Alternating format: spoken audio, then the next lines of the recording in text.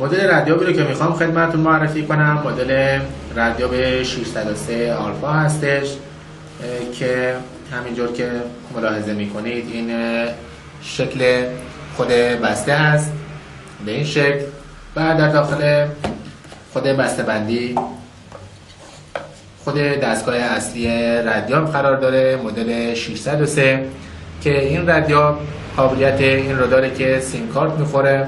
و همچنین به سیم کشی ماشین متصل میشه و بعد از نصب شخص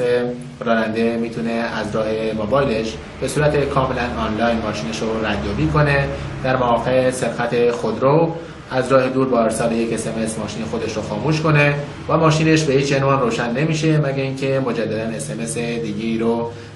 برای ماشینش ارسال کنه تا اینکه ماشین بخواد روشن بشه. همچنین قابلیت اتصال به آژیر رو داره، قابلیت اتصال به سنسور ضربه رو داره و همچنین اگه درب ماشین بدون اجازه راننده بخواد باز بشه یا اینکه ماشین بدون اجازه بخواد روشن بشه به شماره تعریف شده راننده SMS هشدارش ارسال میشه و خود رادیو هم دارای باتری داخلی هست که در صورتی که برق خودرو هم بخواد قطع بشه خود باتری داخلیش برای چندین ساعت کار ردیابی و کنترل را انجام میده. سایر متعلقات داخل دستگاه سیم های اصلی هستش که به سیم کشی ماشین وصل میشه. یک میکروفون برای شنود صدای داخل کابین خودرو از راه موبایل است. آنتن GSM یا آنتن موبایلش هست که به دستگاه متصل میشه.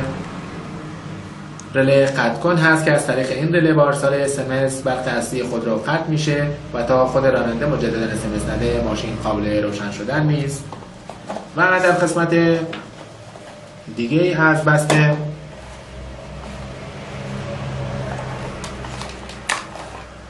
آنتن